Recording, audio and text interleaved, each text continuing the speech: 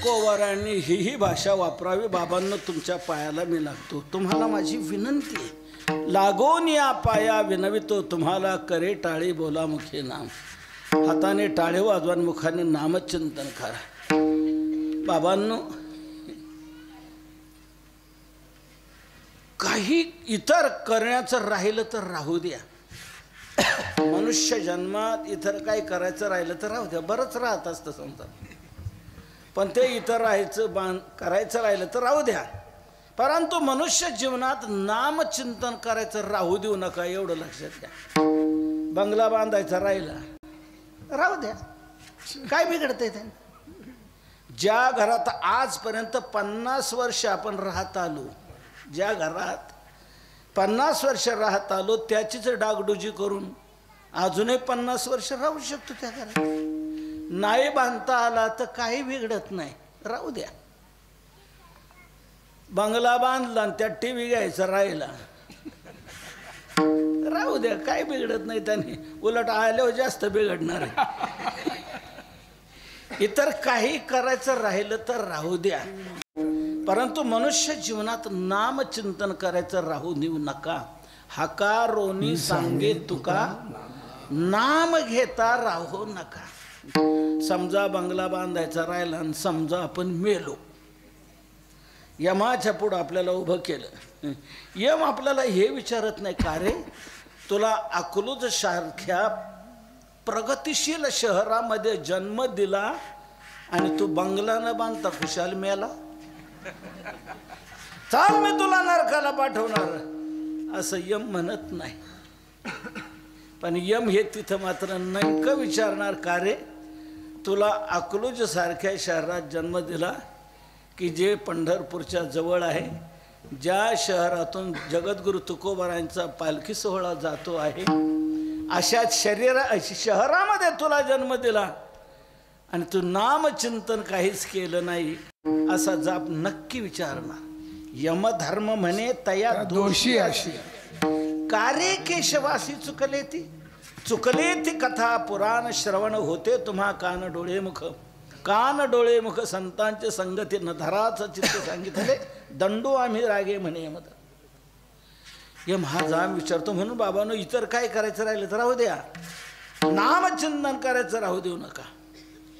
आपण या जीवनामध्ये खूप संपत्ती जमवली, सर्व काही केलेलं आहे, पण नामचिंतन करायचं जर राहिलं असेल तर सांगा, ही संपत्ती आपल्याला काय उपयोगाला येणार? मी पुढे आपल्याला तो भाग सांगणार आहे.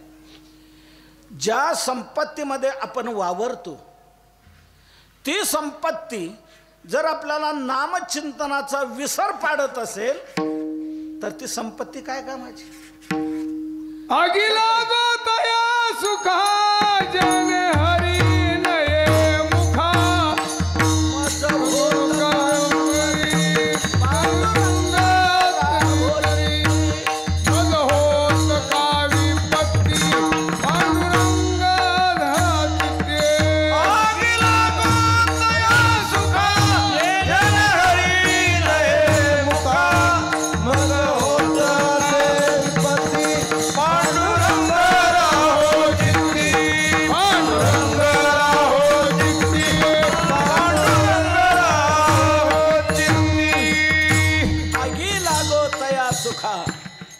जेने हरी नये मुखा, जेने मुखा हरी नये तया सुखा.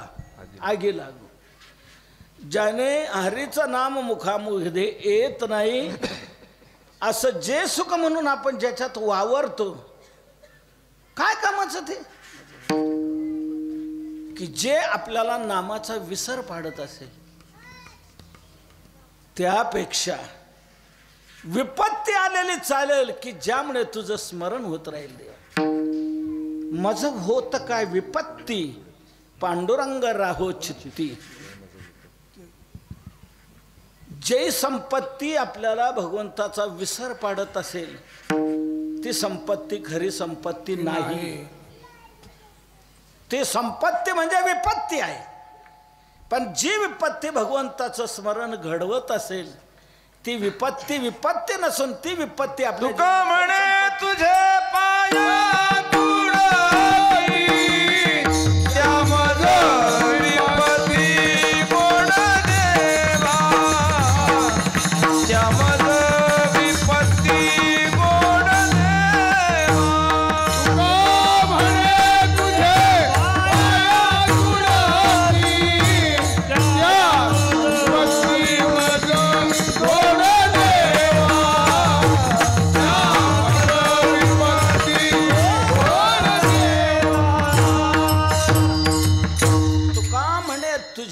पाय आतुरती त्या मज विपत्ती गोड देवा. त्या विपत्ती मला गोड आहे की ज्या विपत्तीमुळे तुझे पाय मला प्राप्त होत असते. म्हणून जी विपत्ती देवाचं स्मरण घडवत असेल ती विपत्ती नसून ती विपत्ती खरी संपत्ती आहे. म्हणून एके ठिकाणी खूप सुंदर म्हटले, आपण ज्याला संपत्ती समजतो ती खरी संपत्ती नाही. आपण जीवनात ज्याला विपत्ती समजतो ती खरी विपत्ती नाही. मग खरी संपत्ती कोणती आणि खरी विपत्ती कोणती? तर भगवंताचं स्मरण आपल्या जीवनात घडत राहणं ही खरी संपत्ती आहे आणि भगवंताचं विस्मरण होणं ही खरी आपल्या जीवनातली विपत्ती आहे. विपदो नैव विपदस संपदो नैव संपदः विपद विस्मृतीर विष्णोः संपन्न नारायण स्मृती. विपद विस्मृती ही विष्णोः विष्णोः विस्मृती विपदा. भगवंताचं स्मरण न घडणं विस्मरण होणं ही जीवनातली विपत्ती आहे आणि भगवंताचं स्मरण आपल्या जीवनात घडत राहणं ही खरी जीवनातली संपत्ती. म्हणून वेगवेगळ्या पद्धतीने तुकोबाराय लोकांना हे समजून देत आहेत, नामचिंतनाकडे प्रवृत्त करतायत. त्यावेळेला काय बुद्धिजीवी वर्ग तर्कवादी वर्ग पुढं आला आणि तो म्हणला, महाराज तुम्ही जिथे तिथे हेच सांगता की नामचिंतन करा नामचिंतन करा. महाराज म्हणतात मग तुमचं म्हणणं काय आमचं म्हणणं एकच आहे. आमचे रात्रंदिवस परिश्रम चाललेत कशा करता?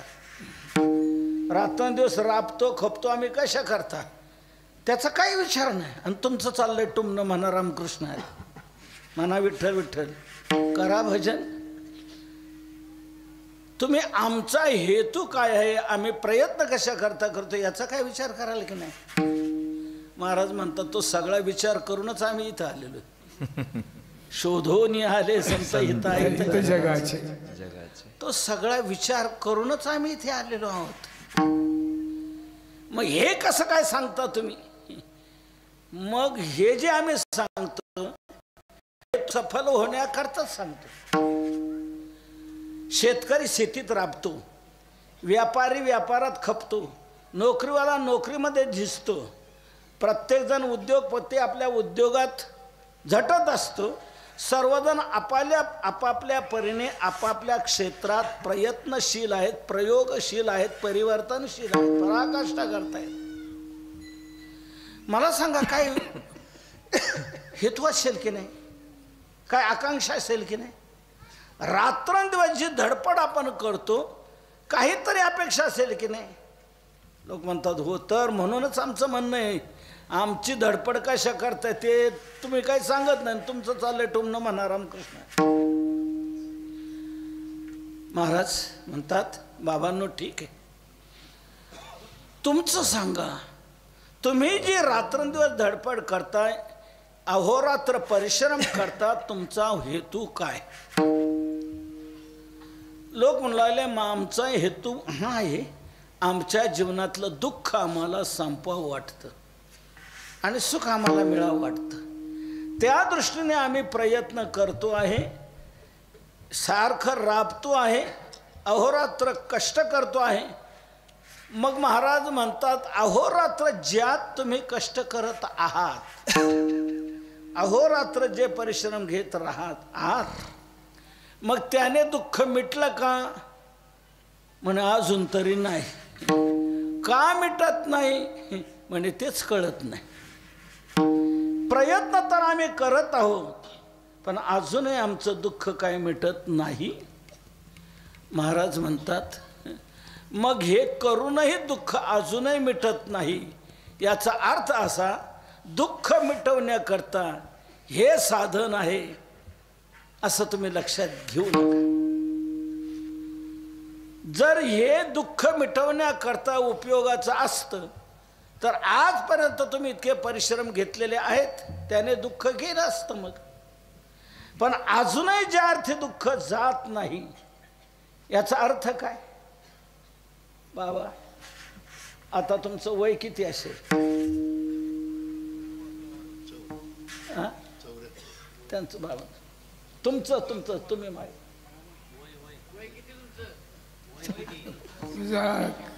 कानपूर लाईन कानपूर लाईन बंद आहे. 75 वर्ष आपण चाललो.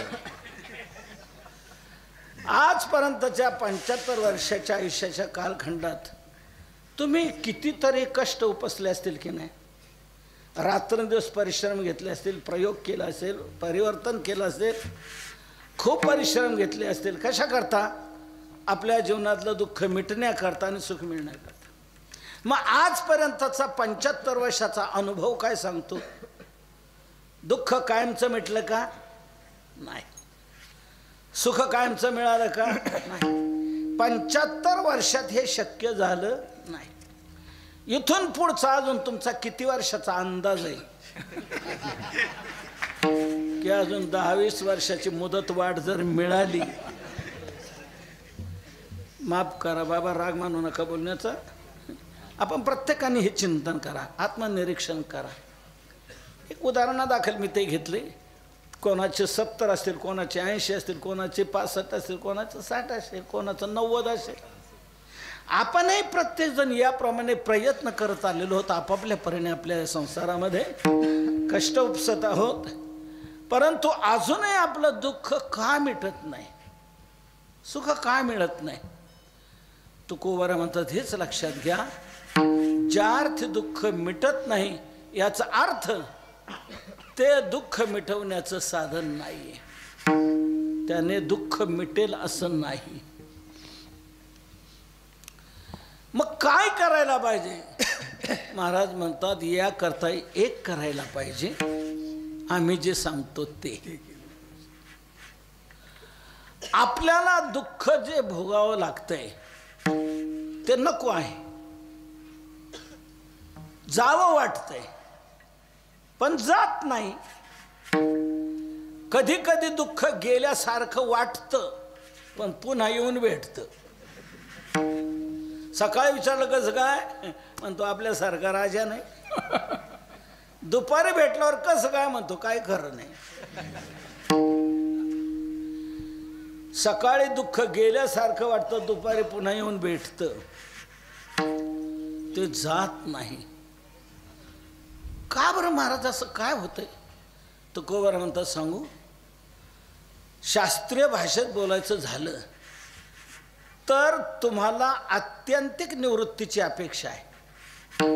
निवृत्तीचे 2 प्रकार आहेत. एक लयरूप निवृत्ती आणि दुसरी आत्यंतिक निवृत्ती.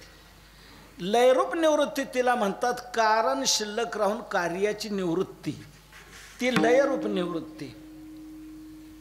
आणि कारणासह वर्तमान कार्याची निवृत्ती ही आत्यंतिक निवृत्ती. आपल्याला दुःख तात्पुरतं जावं वाटतं का कायमचं जावं वाटतंय? कायमचं जावं वाटतं. मग कायमचं जर जावं वाटतंय तर ते त्याच वेळेला जाईल की त्याचं कारण संपेल तेव्हा. कारण संपल्याशिवाय कार्याची निवृत्ती होऊ शकत नाही. आपण बहुसंख्य शेतकरी आहोत. आपल्या शेतात बांधावर वगैरे असणाऱ्या बाभळी त्या जास्त वाढल्या, त्यांच्या फांद्या की वसवाव होतो, तिथे खाली पीक येत नाही. म्हणून आपण शेतकरी दरवर्षी काय करतो? बाभळ डाहाळतो, साळतो. तुम्ही इकडे काय म्हणता? डाहाळणं समजेल. बाभळ डाहाळतो, फांद्या सर्व तोडतो, एक तुरस फक्त ठेवतो मध्ये, बाकी सर्व तोडून घेतो. संध्या ती बाभळ नष्ट होते का? नाही. दुसऱ्या वर्षी आणखी झुपके बाजू. का बरं? मूळ शिल्लक आहे. म्हणून वरवर किती फांद्या तोडल्या तरी तो वृक्ष नष्ट होऊ शकत नाही. मूळ शिल्लक आहे. मुलाला पाणी मिळतंय, पुन्हा फोफावतोय. ज्ञानोबा म्हणतात ज्ञानेश्वरीमध्ये, जैसी वरी वरी पालवी खुडीजे आणि मुळी उदक घालीजे तरी कैसेने नाश निपजे त्या वृक्ष. त्या वृक्षाचा नाश होईल कसा? मूळ शिल्लक आहे, उत्पत्ती होत राहणार. मग ती बाभळ कायमची नष्ट व्हावी असं वाटत असेल तर मुळ्या तोडा, मुळ्यासहित उखडा. कारण संपवल्याशिवाय कार्य संपू शकत नाही. म्हणून ते कायमचं संपण्याकरता त्याचं कारण संपवणं आवश्यक आहे. म्हणून दुःख जर घालवायचं तर दुःखाचं कारण घालवलं पाहिजे. म्हणजे मग दुःखाचं कारण काय आहे आणि ते घालवण्याकरता काय करायला पाहिजे? महाराज म्हणतात तेच आमचं म्हणणं आहे. दुःख आपल्याला कधी होतं? आपल्या जीवनात. आपल्या जीवनात आपल्याला दुःख भोगण्याची पाळी येते. जीवनाची सुरुवात कुठून आहे? जन्मापासून. आणि शेवट कुठं आहे? मृत्यूमध्ये. जन्म आणि मृत्यू याच्या सांध्यात आपलं जीवन आहे आणि या जीवन कालखंडात दुःख भोगावं लागतंय. म्हणून दुःख जर संपवायचं असेल तर दुःखाची ही दोन्ही टोकं संपवली पाहिजे. आपण जन्ममरण रहित आहोत. अजो नित्य शाश्वतोयम पुराणो न जायते म्रियते वा कदाचित. पण या दोन्हीमध्ये आपण सापडलो. जन्ममरणात सापडल्यामुळे आपल्याला हे जीवन प्राप्त झालं आणि या जीवनात ही दुःख आपल्याला भोगावी लागत आहे. म्हणून दुःख भोगायला नको आहे तर ही दोन टोकं संपवा आणि आपल्या मूळ स्वरूपाला प्राप्त व्हा, एकरूप व्हा, की दुःख काय ते स्वप्नात येणार. दुःख कायमचं मिटेल. कारण यातच सर्व दुःखाचा समावेश आहे. सकळ दुःख धामे. ज्ञानोबा ज्ञानेश्वरी सांगतात तेथ सकळ दुःख धामे भुंजी जती जे मृत्यू जन्मे. जन्म आणि मृत्यू हे सर्व दुःखाचं आश्रयस्थान आहे. ठीक आहे, धाम आहे. जन्म मरणा परते दुःख आणि कोण सांग पा. म्हणून जन्म मरण हे संपवलं पाहिजे आणि आपल्या मूळ स्वरूपाला प्राप्त झालं पाहिजे, की दुःख काहीच नाही, आनंदच आनंद. दोन टोकं संपवली पाहिजे. यात सापडल्यामुळे हा सर्व भयानक ताण आपल्याला होतोय. जन्म आणि मरण, जन्माने पुनरपि जननम पुनरपि मरणम पुनरपि जननी जठरे शयनम या संसार. किती वेळा जन्म यावे नित्य व्हावे फजित. ह्या जन्म मरणात सारखं दुःख आपल्याला भोगावं लागतं आहे. तेव्हा ही दोन टोकं आपली संपवली पाहिजे. याच्यात खरा शिनित आहे. हिंडता गव्हानेगा शिणलो येर झारी. या येर झारीने आपल्याला शिण प्राप्त होतो आहे. म्हणून हे जन्म मरण संपवलं की दुःख तुमचं संपेल. मग महाराज याकरता काय करायला पाहिजे? तर जन्म आल्यावर, जन्म प्राप्त झाल्यावर जीवन आपलं सुरू होतं आणि हे दुःख येतात. तेव्हा एक केलं पाहिजे, ज्याने जन्मालाच आपण येऊ शकणार नाही असं करायला पाहिजे. म्हणजे काय करायला पाहिजे? जन्म तेव्हा प्राप्त होतो ज्या वेळेला गर्भवासात येतो, त्यानंतर जन्म प्राप्त होतो. म्हणून जन्म जर चुकवायचा असेल तर गर्भवासाला येणं चुकवलं पाहिजे. गर्भवासात आलो की जन्म प्राप्त झालाच. गर्भवासात आल्यावर आपल्याला जन्म सोडू शकत नाही. म्हणून जन्माला यायचंच नाही, ह्या चुकवायचा जन्म. म्हणून एक पठ्ठ्या 12 वर्ष आईच्या उदरातच राहिला, बाहेर पडायचंच नाही. ब्राह्मणाचे पोर एक खेळाशी भ्याले ते 12 वर्षे लपाले. किती त्या आईला त्रास होत असेल. 12 वर्ष उदरात गर्भ आहे, बाहेर येत नाही. व्यासांना प्रार्थना केली. व्यास म्हणतात मी हेड ऑफिसला कळवतो. त्यांनी भगवंताला प्रार्थना केली, भगवान प्राप्त झाले. काय म्हणणं माझं काय नाही, घरात काय म्हणणं ते बघा. गेले मातोश्री काय म्हणे उदरात गर्भ आहे, 12 वर्ष झालं बाहेर येत नाही. भयानक दुःख होतं, वेदना होत आहे. जन्म मरणाला कंटाळलेला कोणीतरी असावा. चिंतन केलं शुकाचार्य. म्हणजे आता यांची समजूत काढली पाहिजे. याकरता आपल्याला आत जायला पाहिजे. भगवान आत गेल्याने शुकाचार्यांना म्हणतायत बाहेर चला. शुकाचार्य म्हणतात बाहेर देवा नको का, बाहेरचं प्रदूषण फार वाढलेलं आहे. त्यापेक्षा इथं राहिलेलं परवडलं. एकटा जीव सदाशिव, बाहेर नको. इथे कोणाची कटकट नाही, काही नाही, काही नाही. भगवान म्हणतात मग शुकाचार्य, जर बाहेर तुम्हाला यायचं नव्हतं ना, इथेच यायला नको होतं. इथं आलात ना गर्भवासात, आता जन्माला यावं लागणार, चुकणार नाही. मग हे सर्व जर चुकवायचं असेल तर पहिलं इथं येणंच चुकवलं पाहिजे. गर्भवासातच येणं चुकवलं पाहिजे. गर्भवास चुकवल्याशिवाय हे पुढचं चुकू शकणार नाही. मग महाराज काय करायला पाहिजे? महाराज म्हणतात एक करायला पाहिजे, जेणेकरून हा गर्भवासाचा फेरा चुकेल अशीच आपण काही साधना केली पाहिजे, तरच गर्भवास चुकेल, अन्यथा चुकणार नाही. बरोबर आहे. मग जेणेकरून गर्भवासाचा फेरा चुकेल असं आम्ही काय करायला पाहिजे? तुकोबारा म्हणतात जेणेकरून गर्भवासाचा फेरा चुकेल अशी काहीतरी पुंजी आपण मिळवली पाहिजे, जोडी आपण प्राप्त केली पाहिजे की जी जोडी आपला गर्भवासाचा फेरा चुकवेल. मग महाराज गर्भवासाचा फेरा जेणेकरून चुकेल अशी जोडी कोणती आहे ती तरी सांगा आम्हाला. तर जेणेकरून गर्भवासाचा फेरा चुकेल अशी जोडी कोणती आहे? तुकोबारा आहे ती अभंगाच्या पहिल्या चरणात. ऐसी जोडी करा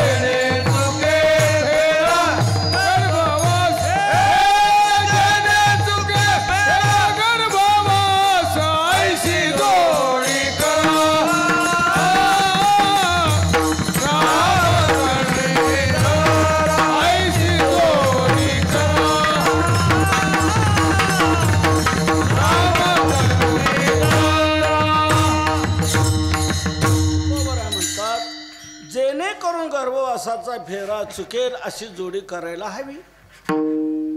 किती जोडी तुमचा गर्भवासाचा फेरा चुकवेल. गर्भवासाचा फेरा चुकला की जन्म चुकला, जन्ममरण चुकलं की दुःख चुकलं.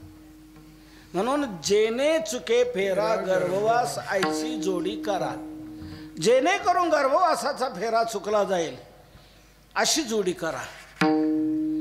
गर्भवासाचा फेरा शब्द वापरला. फेरा हा फार मोठा आहे. फेरा छोटा नाही, फार मोठा आहे. किती मोठा आहे मोजमापच नाही. तुकोबारा नाटाच्या मग सांगतात किती जन्म झाला फेरा गणित नाही जी दातारा. किती जन्म फेरा झालेला याचं गणित नाही, मोजमाप नाही. पण गणित जरी नसलं तरी अंदाज असतो ना. तुकोबारा म्हणतात अंदाज सांगता येईल ना. 184 न चुके फेरा. 84 लक्ष योनीतून फिरत फिरत फिरत यावं लागतं. इतका मोठा आहे फेरा. मग काय हरकत नाही, येऊ फिरत फिरत पाहूया का एका योनीचा नमुना. कोणत्या योनीत का डुकराच्या योनीत कुठलं लंच होम आहे. तसंही नाही. एक योनी झाली का दुसरी, दुसरी झाली का तिसरी, असं नाहीये. एका योनीतच 1 कोटी वेळा फिरावं लागतं. एक एक योनी कोटी कोटी फेरा मग लागे वारा मनुष्य देह मग लागे वारा मनुष्य देह.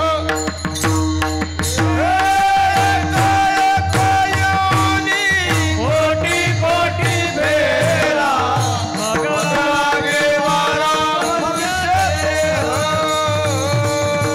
मग लागे वारा मनुष्य देह.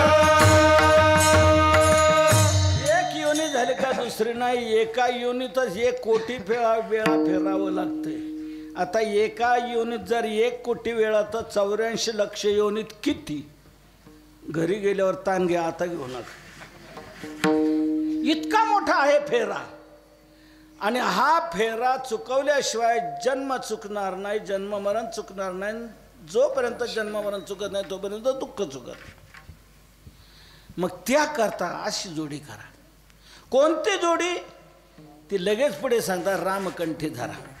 ऐशी जोडी करा, रामकंठी धरा. रामकंठी धरा, ऐशी जोडी करा. जेने गर्भवास फेरा चुके, ऐशी जोडी करा. रामकंठी धरा, ऐशी जोडी करा.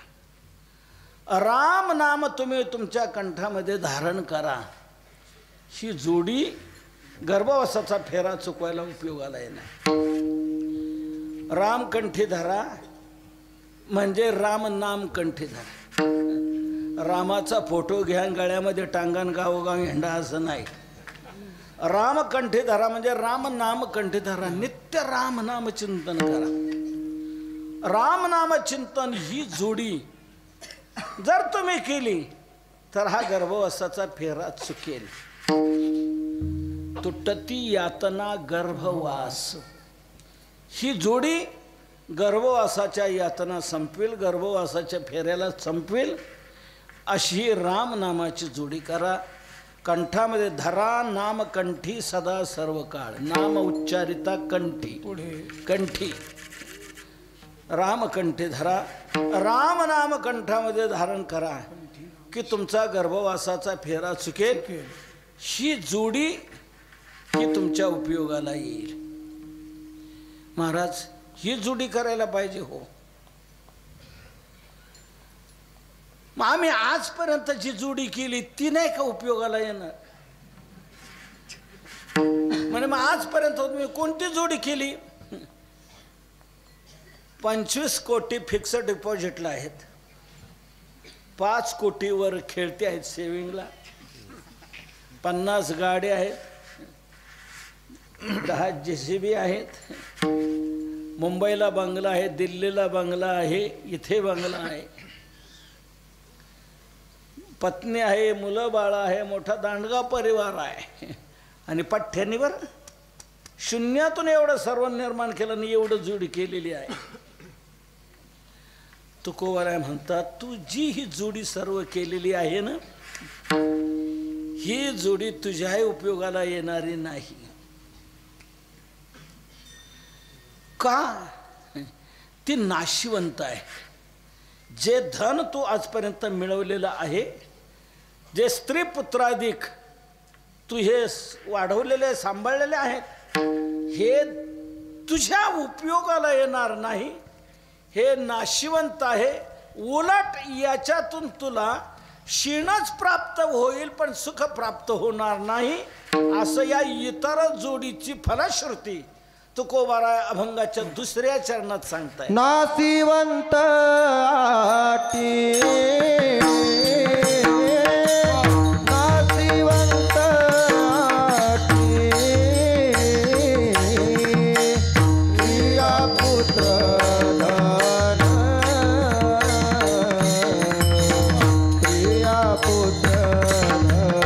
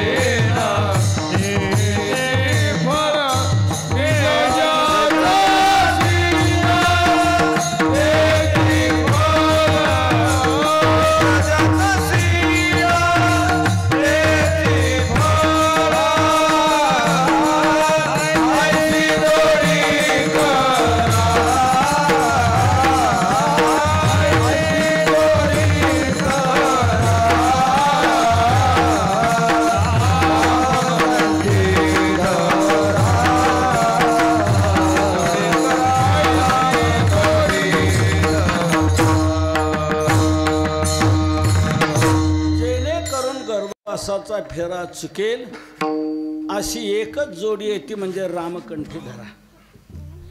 या व्यतिरिक्त तू जी जोडी केलेली आहे ती गर्भवासाचा फेरा चुकायला उपयोगाला येणार नाही. का? ते सर्व नाशिवंत आहे. नाशिवंत अटी प्रिया पुत्र धन. प्रिया पुत्र धन अटी नाशिवंत. प्रिया म्हणजे स्त्री, पुत्र आणि धन. या तिन्ही करता तू अहोरात्र परिश्रम केलेला आहे, आयुष्य सर्व बर्बाद केलेलं आहे. संसाराची सर्व वाटचाली आहे तीनवरच आहे. स्त्री पुत्राचं संरक्षण करणं आणि त्याच्याकरता पैसे मिळवणं, या तिन्हीतच आपलं जीवन खेळतंय. स्त्री पुत्राधिकाचं परिवाराचं संरक्षण करणं आणि ते करण्याकरता पैसे मिळवत राहणं, या तिन्हीतच ही जोडी करण्यात आपलं आयुष्य आपण बर्बाद करतोय. तुकोबारा म्हणतात हे तिन्ही नाशिवंत आहेत. धन हे नाशिवंत आहे. याला कधी वारा म्हटलंय. या धनाचा नजरी विश्वास जैसी तरवर छाया. तरवर छाया कधी झाडाची सावली म्हटलेलं आहे, कधी वारा म्हटलेला आहे. माया विघ्ने भ्रमला खरे म्हणता मी माझे घरे. हे तो संपत्तीचे वारे साचो कार्य जाईल. वार हे जाणार आहे. झाडाची सावली जशी सूर्य उदयाला आल्यानंतर पश्चिमेकडे असते, सूर्य मावळायला गेला की पूर्वेकडे असते, बदलते. तशी संपत्ती ही चंचल आहे. लक्ष्मी स्तोय तरंगभंग चपला. या धनाच्या पाठीमागे 15 अनर्थ सांगितलेले आहेत. स्तेयम हिंसा नृतम दंभक काम क्रोध स्मयो मद भेदो वैरमविश्वास संस्पर्धा व्यसनानिच येथे 15 अनर्था. हे 15 अनर्थ द्रव्याच्या पाठीमागे आहेत. एकेका अनर्थाचा मी विचार करत बसत नाही. एकेका अनर्थाचा मी विचार करू लागलो तर तो 16वा अनर्थ होईल. 15च राहू देऊ. तर हे 15 अनर्थ या द्रव्याच्या पाठीमागे लागलेले आहेत. म्हणून याच्यात आपलं जीवन बर्बाद केलं. अनेक अनर्थ त्यातून निर्माण झाले. तुकोबारा म्हणतात हे आपल्याबरोबर येणारं नाही.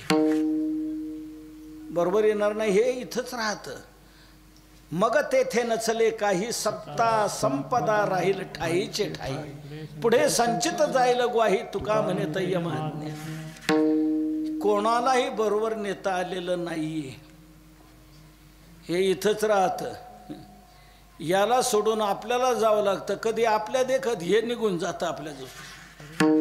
आज कोट्याधीश उद्या भिक्षाधीश अशी पाडी येते.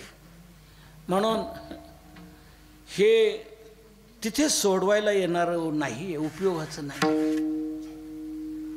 आजपर्यंत हे कोणालाही बरोबर नेता आलं नाही. आताही कोणी नेऊ शकत नाही, पुढे कोणी नेणार नाही, नेण्याची शक्यताही नाही. तो का म्हणे द्रव्य मिळविले मागे हे तो कोणासंगे आले नाही.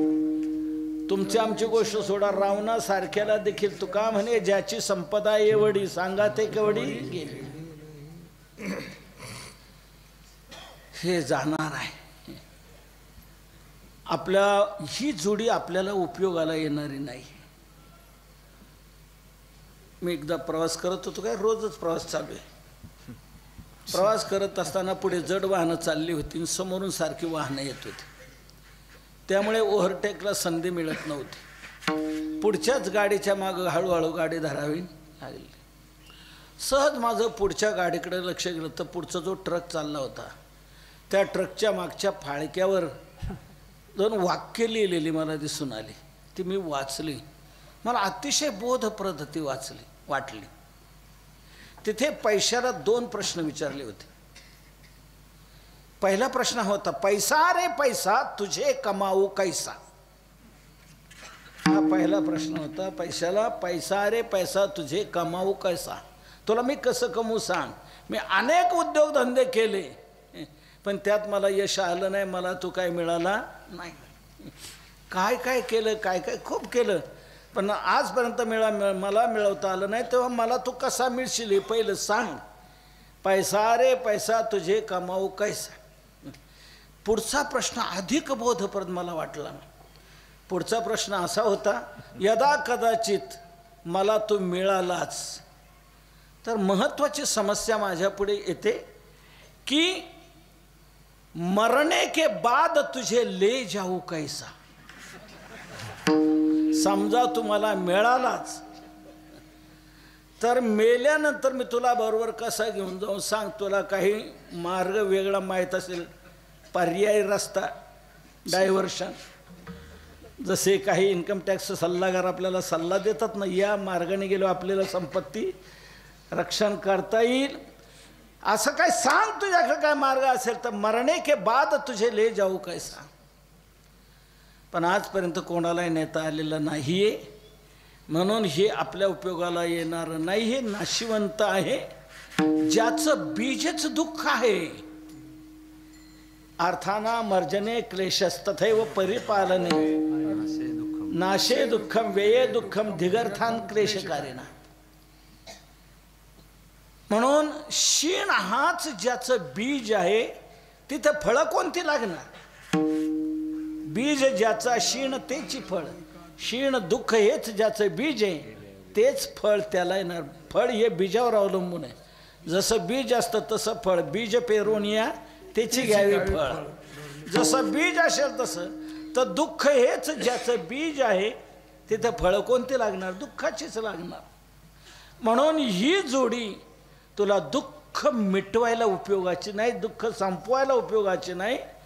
दुःख संपवण्याकरता ही जोडी नको, अशी जोडी कर, ऐशी जोडी करा. रामकंठीला महाराज खूप मोलाचं मार्गदर्शन केलं, काय हरकत नाही, येतो. महाराज म्हणतात जाऊ नको, पुढची 2 चरण समजून घेऊन मग जा.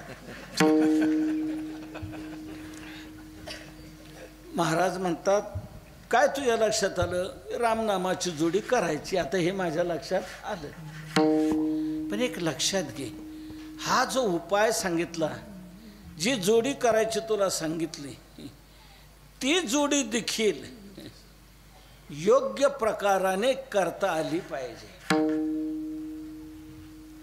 योग्य प्रकाराने म्हणजे आता आपल्याला नदीतून पलीकडे जायचे, आपल्याला पोहता येत नाही, मग आपल्याला मार्ग काय, नावेने जाणं. नावेने पलीकडे जाता येईल हा मार्ग आहे. पण ती नाव पलीकडे नेणारी नक्कीच आहे, यात वाद नाही. पण ती जर फुटकी असेल तर फुटकी सांगडी जाता येणार नाही. फुटकी सांगडी तुका म्हणे नपवे थडी. फुटकी जर असेल तर ती आपल्याला नेऊ शकणार नाही, ती मध्यभागी नेऊन बुडवल्याशिवाय राहणार नाही. मग महाराज काय करायला पाहिजे, ती फुटकी राहू देऊ नका, ती धड करा, पहिली चांगली करा आणि मग वाटचाल करा की बघा पैलथडीला जाता येईल की नाही. तुकोबार आहे ते अभंगाच्या 3ऱ्या चरणात सांगतायत. नाव धड करा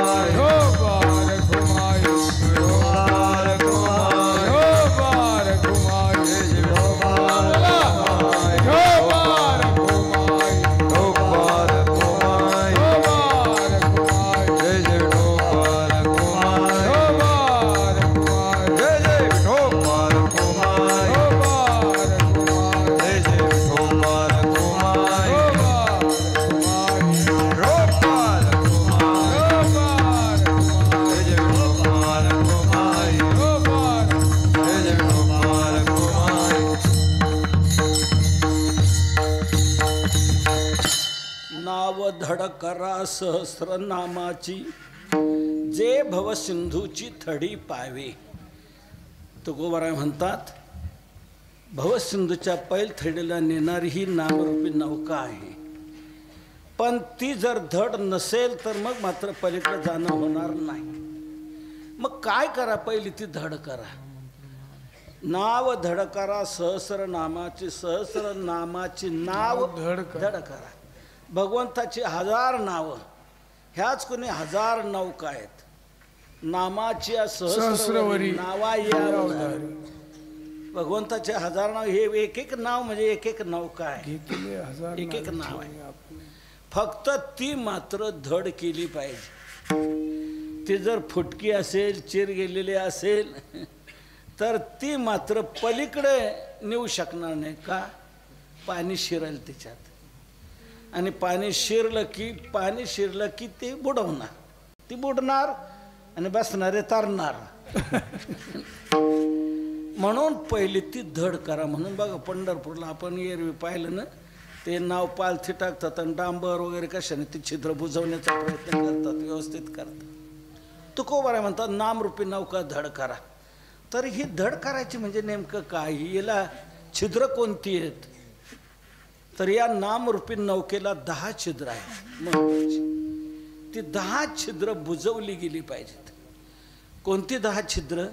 आपल्या लक्षात आणून देतो.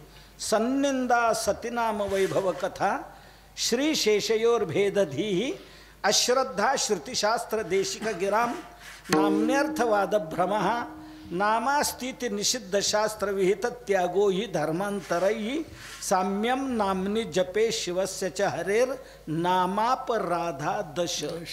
हे 10 नामापराध आहेत. हे 10 अपराध टाळून आपल्याकडून नामस्मरण व्हायला पाहिजे. पहिला अपराध आहे सन्निंदा.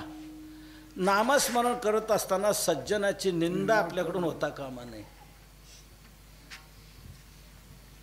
तुम्हाला माहिती आहे का हा महाराज कसा आहे? तो रामकृष्ण रामकृष्ण रामकृष्ण. अहो महान डांबरेट, रामकृष्ण रामकृष्ण रामकृष्ण रे. त्याचं तर बोलूच नका. रामकृष्ण रे रामकृष्ण चाललंय नामस्मरण, मध्ये काय करतोय? सज्जनाची निंदा करतोय. सज्जनाची निंदा अतिशय बाधक आहे, घातक आहे. तशी निंदा कोणाची घातकच आहे. कोणाची केलेली निंदा पापाला प्रसवणारी आहे. येथे निंदकापाशी अशा जैशी दुःखाते व्याली निंदा दुरिते. निंदा ही पापाला प्रसवते, आणि त्यात सज्जनांची निंदा घडली ती तर मग देवाला सहन होत नाही. हरिजनाची कोणा न घडावे निंदा, सहात गोविंदा नाही. म्हणून सज्जनाची निंदा देवाला सहन होत नाही. मग देवाला सहन होत नाही, मग तुम्ही नामस्मरण करताना निंदा करता, देवाला ते सहन करणारे होईल का? देवाला ते नाम आवडणार नाही. म्हणून हा अपराध टाळून नामस्मरण व्हायला पाहिजे. असती नाम वैभव कथा, ज्याची नामावर श्रद्धा नाही त्याला नामाचं वैभव सांगणं हा दुसरा अपराध. शंकरात आणि विष्णूमध्ये भेद समजणं हा तिसरा अपराध. शास्त्रावर अश्रद्धा असणं हा चौथा अपराध. गुरुवर अश्रद्धा असणं हा 5वा अपराध. नामाच्या ठिकाणी अर्थवादाची कल्पना करणं हा 6वा अपराध. नामस्मरण करतोय निषिद्धाचं सेवन करतोय हा 7वा अपराध. नामस्मरण करतोय विहिताचा त्याग करतोय 8वा अपराध. नामस्मरण करतोय धर्मांतर करतो हा 9वा अपराध. आणि नामाबरोबर इतर साधनाची तुलना करणं हा 10वा अपराध. हे अपराध टाळून आपल्याकडून नामस्मरण जर झालं तर ही अच्छिद्र नाव होईल, बळकट नाव होईल की सहज आपल्याला पलीकडे पैलतीराला घेऊन जाईल. म्हणून नाव धड करा सहस्र नामाची, जे भवसिंधूची थडी पावे. भवसिंधूची पैल थडी ही आपल्याला नक्की प्राप्त करून देईल. म्हणून नाव धड करा सहस्र नामाची. महाराज ठीक आहे, हे लक्षात आलं आमच्या आता. पण एक महत्त्वाचं आमच्या डोक्यात शिरलंय. काय? आता आमच्या जीवनातलं जन्माचं टोक संपले. आम्ही जन्माला आलोय, जन्माचं टोक संपलं. आता आमच्या जीवनातून राहिलेलं आहे टोक मृत्यूचं. पुढे आम्हाला मृत्यू येणार आहे, म्हणजे याचा अर्थ आमचा काळाशी संबंध येणार आहे.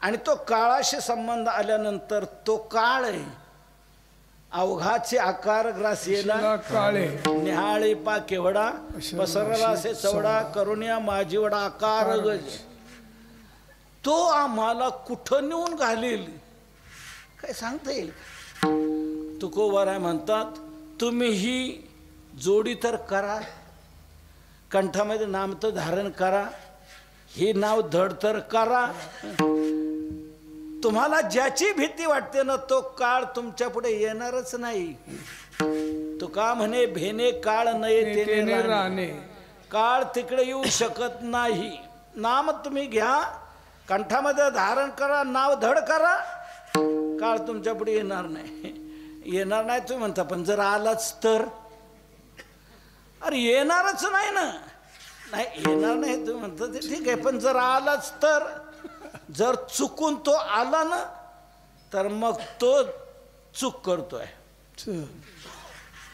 चूक करतोय नामधारकाकडे येण्याचा काळाला अधिकार नाही यमधर्म सांगेत होता तुम्हा नाही तेथे सत्ता जेथे हो हरिकथा सदा घोष नामाचा नका जाऊ तया गावा नामधारकाच्या शिवा नामधारकाच्या गावाला जाण्याचा काळाला अधिकार नाही का शिवेवर जाण्याचा काळाला अधिकार नाही म्हणून तो येणारच नाही पण जर आलाच तर तुकोबाराय म्हणतात जर आला ना त्याने चूक केली आणि ज्याने चूक केली तो गुन्हेगार झाला आणि गुन्हेगार जो होतो तो शिक्षेला पात्र असतो मग तो जर आलाच तर तुम्ही काय करा अभंगाच्या शेवटच्या चरणात तुका म्हणे काळा ना तोंडावरी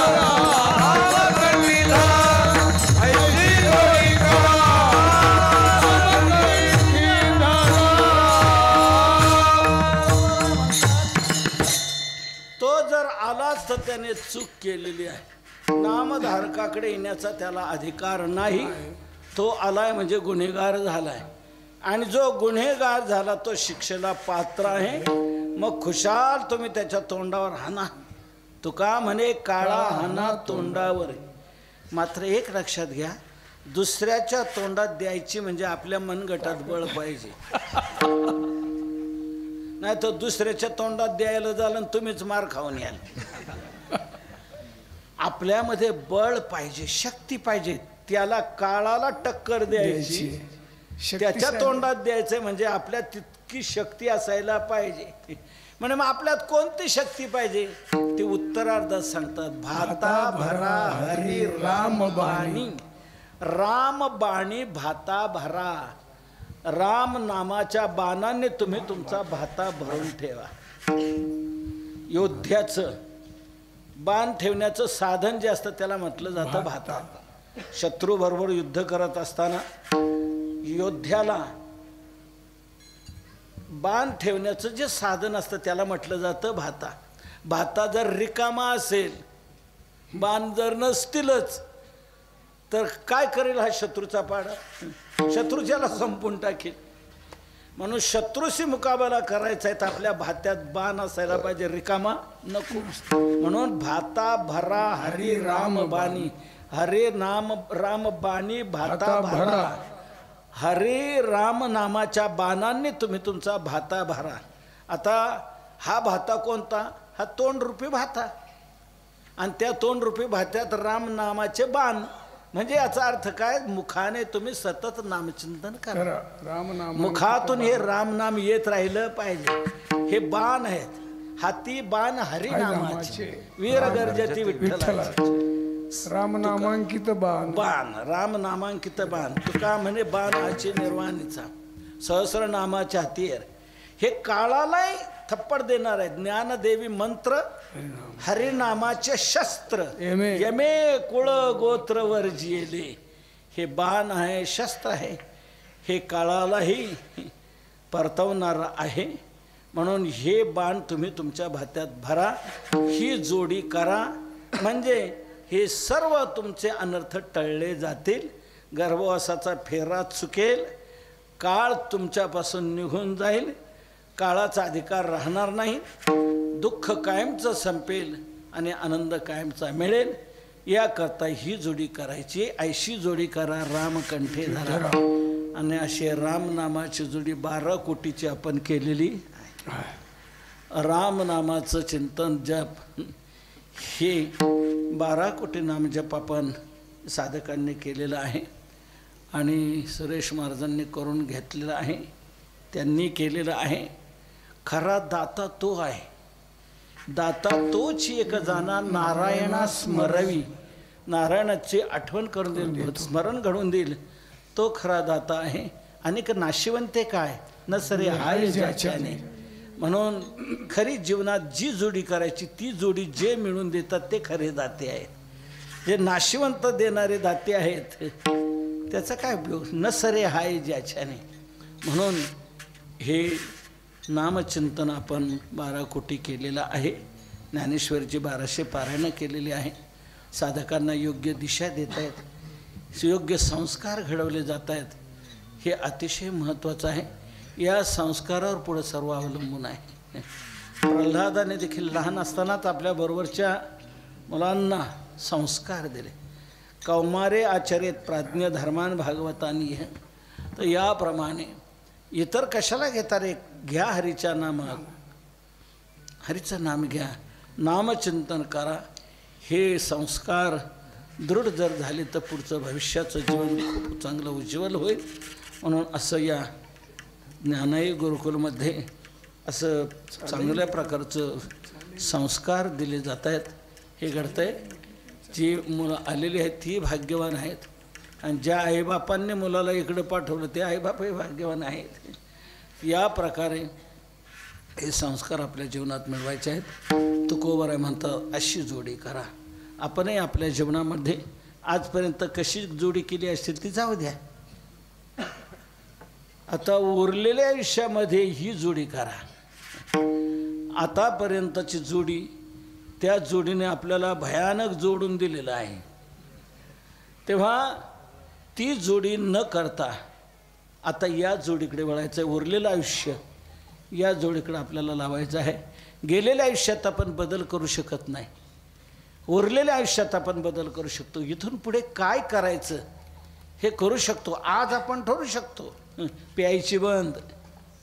इथं कोणी पिणारं नसेलच म्हणा, पण जर कोणी असेलच ते आज निर्णय घेऊ शकतात. आजपासून दारू पिणार नाही, आजपासून मांसाहार करणार नाही, आजपासून वाम मार्गाने जाणार नाही, वाईट काही करणार नाही आणि चांगलं केल्याशिवाय राहणार नाही. आपण जे चांगलं करू तेच पुढे आपल्या जीवनात चांगलं घडवून देईल. चांगलं करूनही काही वेळेला वाईट घडतं, तर वाईट करून चांगलं कसं घडेल. म्हणून जितकं चांगलं ते साधन चांगल्या प्रकारे करता येईल, धड करता येईल अशी साधनं आपण चांगल्या प्रकारे करायची आहे. तुकोबरायांच्या अशा अभंग नजरेसमोर ठेवा. अभंगाप्रमाणे आपलं जीवन बनवा. हेच अभंग आपल्याला तारणार, नक्की तारणार.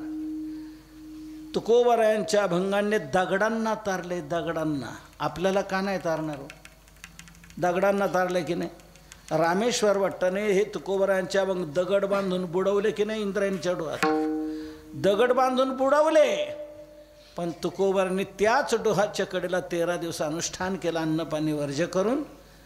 तर ते बुडवलेले अभंग दगडांनाही घेऊन वर राहिले. जडी दगडा सहित वह्या तारियेल्या जैशाला ह्या. ते अभंग दगडालाही घेऊन वर आले. मग सांगा, जे अभंग दगडाला घेऊन वर येतात, दगडाला जे तारतात ते आपल्याला का नाही तारणार. नक्कीच तारतील, पण आपण तसं दगड तरी बनलं पाहिजे ना. तसं दगड म्हणजे दगड कोणते तरले, वह्यांना बांधलेले, आजूबाजूला पांगलेले मोकार दगड नाही तरले. ते तसेच बुडालेले राहिले, ते उलट आणखी शेवाळले, त्यांनी दुसऱ्यांना घसरून पाडलं आणि बुडवले. तेव्हा तसं दगड नको व्हायचं. आपण असं दगड व्हा, म्हणजे अभंगाशी बांधिलकी केलेले दगड व्हा. अभंगाशी बांधिलकी केलेले जे दगड तेच वर आले, आजूबाजूला पांगलेले नाही. अभंगाशी आपलं जीवन बद्ध करणं, अभंगाप्रमाणे आपलं जीवन बनवण्याचा आपण प्रयत्न करणं, की आपणही तरल्याशिवाय राहणार नाही. म्हणून दगडाला तारणाऱ्या अभंगांचं दगडावरच कोरून स्मारक व्हावं आणि ते जिथे तरले त्या तारक जागेवर व्हावं. म्हणूनच गाथा मंदिराची योजना देहूला राबवण्यात आली. त्याच डोहाच्या कडला, त्याच प्रासादिक जागेवर या अभंगांचं शिलालेख स्वरूपात जागतिक कीर्तीचं मंदिर उभं राहिले. पूर्ण गाथा उच्च प्रतीच्या मार्बलवर कोरून लावला गेलेला आहे. सर्व अभंगाचं एका वेळेला आपल्याला दर्शन घडू शकतं. काशीला मानस मंदिर आहे, अयोध्येला वाल्मिकी रामायण मंदिर आहे आणि आपल्या महाराष्ट्रात देहूला गाथा मंदिर आहे.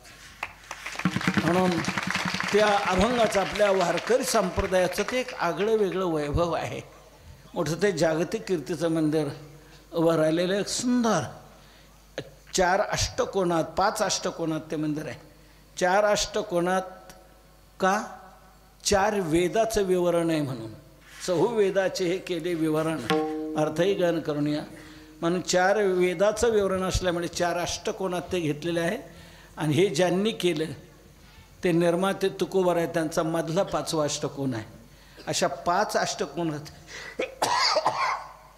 ते मंदिर उभारलं गेलेलं आहे. ज्यांनी पाहिलेलं असेल त्यांचे हे सर्व लक्षात येईल. ज्यांनी पाहिलेलं नसेल त्यांनी आता लवकर निर्णय घ्या, या पहा. नाही तर बिजेच्या उत्सवाला या, म्हणजे आपल्याला ते पाहायला मिळेल. बिजेच्या वेळेला मोठा 10 दिवस मोठा उत्सव असतो. गाथेचं पारायण असतं, ताला स्वरात खूप चांगल्या प्रकारे ते पारायण घडत असतं. त्या प्रासादिक जागेवर आपल्याला पारायणाची संधी मिळेल. ज्या ठिकाणी तुकोबरायांनी अनुष्ठान केलं तिथे तुकोबरायांना 14व्या दिवशी देवाने दर्शन दिले. असं ते प्रासादिक स्थान आहे. तिथे आपण जर तसं अनुष्ठान केलं तर आपल्यालाही भगवान का दर्शन देणार नाही. म्हणून या, हे सर्व पहा. त्या मंदिराला साजेशी तुकोबरांची अष्टधातूची पंचधातूची मूर्ती आहे, साजेशी अशी आहे. पुढे तिथे अन्न पूर्ण सदन आपण केले. तुकोबरायांच्या अभंगाची जी शिकवण आहे ती समाजाला देण्याच्या दृष्टीने तिथे सर्व प्रयोग आपण केलेले आहेत. सर्वाभूती द्यावी अन्न तुकोबराय सांगतात. तेव्हा त्या गाथा मंदिराच्या दर्शनाला जे आले असतील तेही विनमुख जाता कामा नये, म्हणून त्यांनाही भोजन प्रसाद मिळावा म्हणून अन्नदानाची योजना तिथे आपण रोज सुरू केलेली आहे. दर्शनाला आलेल्या भाविकांना रोज दुपारी जेवण दिलं जातं. 12 ते 2 या वेळेत 500-700 लोक रोज जेवत आहेत. असं अन्नदान तिथे रोज घडते. 2012च्या गुढीपाडव्यापासून हे अन्नदान रोज सुरू आहे, खंड नाही. असं अन्नदान तिथे घडते. तसंच तिथे आरोग्यदानही आहे. तिथे दर बुधवारी दर्शनाला आलेल्या भाविकांना, व्याधीग्रस्त असलेल्यांना तपासलं जातं, त्याची चिकित्सा केली जाते आणि आयुर्वेदिक पद्धतीप्रमाणे मोफत औषधं दिली जातात. अशा प्रकारचं आरोग्यदानही तिथे आहे. बुधवारी आयुर्वेदिक पद्धतीप्रमाणे, गुरुवारी ॲलोपॅथिक पद्धतीप्रमाणे मोफत औषधं दिली जातात. प्रत्येक महिन्याच्या पहिल्या बुधवारी नेत्रचिकित्सा केली जाते आणि मृत्यूबिंदू वगैरे असेल तर मोफत ऑपरेशन केलं जातं. अशा प्रकारे हे आरोग्यदानही तिथे आहे. आणि तिसरं महत्त्वाचं ज्ञानदानही आहे. तिथे अभंग दगडावर करून लावले, ते आता जगाच्या हृदयावर कोरायचे आहेत. म्हणून जगाच्या हृदयावर कोरण्याकरता जगाच्या भाषेत गेलं पाहिजे, तसा त्याचा अभ्यास केला पाहिजे. म्हणून तसं गुरुकुल पद्धतीने तिथे विद्यालय सुरू केले आहे.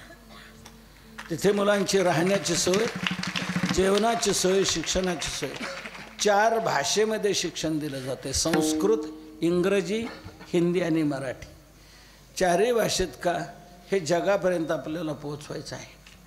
आणि इंग्रजी भाषा, संस्कृत भाषा जगभर चालते, म्हणून त्या पद्धतीने तसं शिक्षण आपण 10वी पास झालेल्या मुलाला प्रवेश आहे. वैशाख शुद्ध तृतीयेला, अक्षय तृतीयेला इथे हा प्रवेश असतो. वैशाख शुद्ध प्रतिपदेला मुक्कामी यायचं मुलाने आणि पालकाने 10वी परीक्षा दिलेल्या, अगर 10वी उत्तीर्ण झालेल्या त्यांनी यायचं. द्वितीयेला आम्ही त्यांच्या मुलाखती घेणार आणि अक्षय तृतीयेला त्यांना शिक्षण सुरू करणार. 10 दिवस त्यांना शिकवतो, त्यानंतर त्याची परीक्षा घेतली जाते. मग त्यात जे उत्तीर्ण होईल ती प्रवेश पात्रता परीक्षा, कारण अभ्यास तो झेपला पाहिजे. संस्कृत आहे, लघुसिद्धांत कौमुदी मुळात शिकवली जाते, तर तिथे झेपला पाहिजे अशा प्रकारचं शिक्षण तिथे सुरू आहे. 4ही भाषेत वेदांत प्रस्थानत्रयी आणि वारकरी प्रस्थानत्रयी हे सर्व त्या ठिकाणी अभ्यासले जातात. आता 2 बॅचेस बाहेर पडलेले आहेत. 16ला सुरू झालं हे गुरुकुल. आता याप्रमाणे चाललेलं आहे.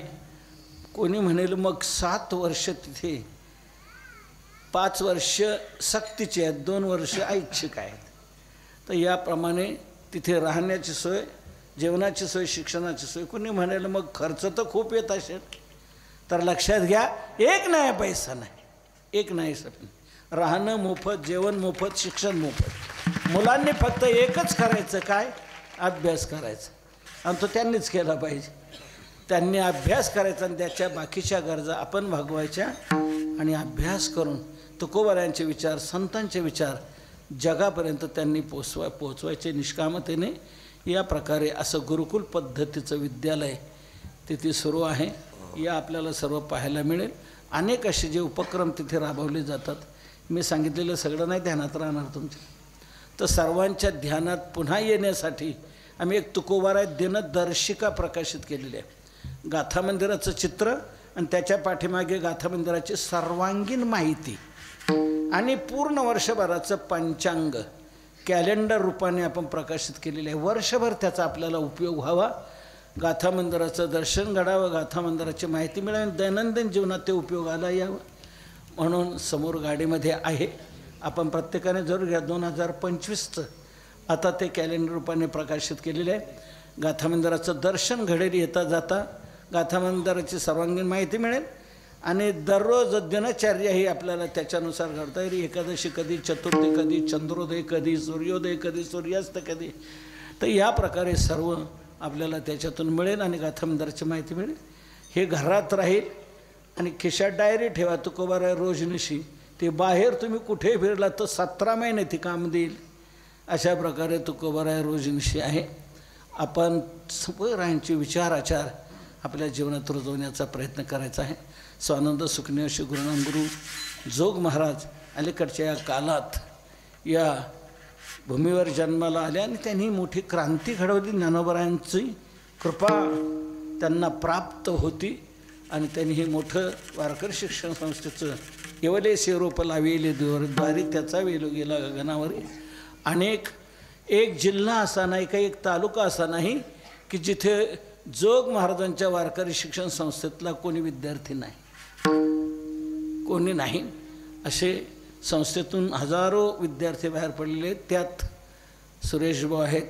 इथे मोठी त्यांनी या प्रकारे बालसंस्काराचं हे गुरुकुल सुरू केलेलं आहे. तर हे संस्कार विचाराचार हेच खरे आज जीवनात गरजेचे आहेत. या धर्माचं रक्षण, या संस्काराचं रक्षण, या देशाचं देवाचं रक्षण आपल्यालाही घडलं पाहिजे. आणि ते घडण्याकरता आता एक संधी आहे आपल्याला. ती संधी मिळून सर्वांनी आता 20 तारखेला बाहेर पडा, राहू नका.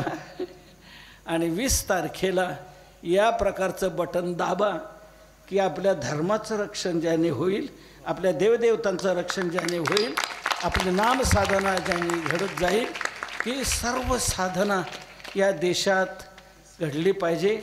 असं आपण लक्षात आता घेतलं पाहिजे, वाटचाल केली नाही पाहिजे. भविष्याचा काल नाही तर अवघड आहे. परिस्थिती गंभीर होत चाललेली आहे.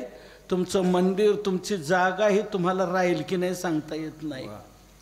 म्हणून असं आघाताचं स्वरूप येत चाललेलं आहे. तुमचं मंदिर तुमचं मोठं क्षेत्र असलं तरी त्यांच्यावरही अधिकार गाजवणारा असा आता निर्माण पुढे होत चाललेलं आहे. तेव्हा या दृष्टीने आपण जागरूक राहून याचं पालन केलं पाहिजे, रक्षण केलं पाहिजे. देशाचं धर्माचं देवदेवतांचं रक्षण करणं हाच खरा धर्म आपण सांभाळायचा आहे. याकरता आळस धरू नका, सगळ्यांनी बाहेर पडा आणि या प्रकारे भविष्याचा विचार करून वाटचाल करावी. असो तुकोबारायांचे विचाराचार आपण आपल्या जीवनात धारण करून आपण दुर्व्यसनापासून दुर्वर्तनापासून परावृत्त होऊन सत्पथगामी होऊन आनंदाचे सम्राट होत हीच प्रार्थना करून सेवेला विराम देत. ज्ञानेश्वर माऊली ज्ञानराज माऊली तुकाराम, माऊली ज्ञानराज माऊली तुकाराम, ईश्वर माऊली ज्ञानराज माऊली जय जय ज्ञानेश्वर माऊली ज्ञानराज माऊली महाराज ज्ञानेश्वर माऊली ज्ञानराज माऊली जय जय ज्ञानेश्वर माऊली ज्ञानराज माऊली महाराज ज्ञानेश्वर माऊली ज्ञानराज माऊली जय जय ज्ञानेश्वर माऊली ज्ञानराज महाराज ज्ञानेश्वर माऊली ज्ञानेश्वर माऊली ज्ञानराज तुकाराम तुकाराम तुकाराम तुकाराम तुकाराम तुकाराम तुकाराम तुकाराम तुकाराम तुकाराम तुकाराम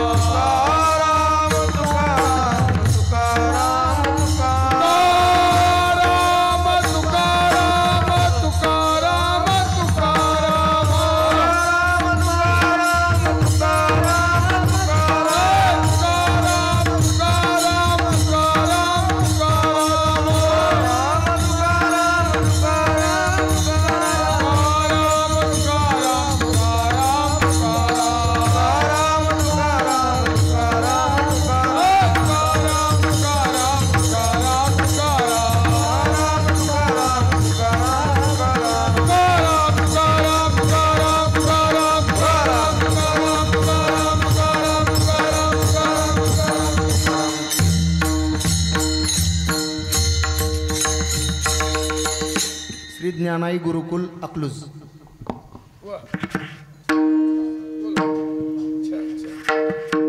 तुका म्हणे काळा हाना तोंडावारे,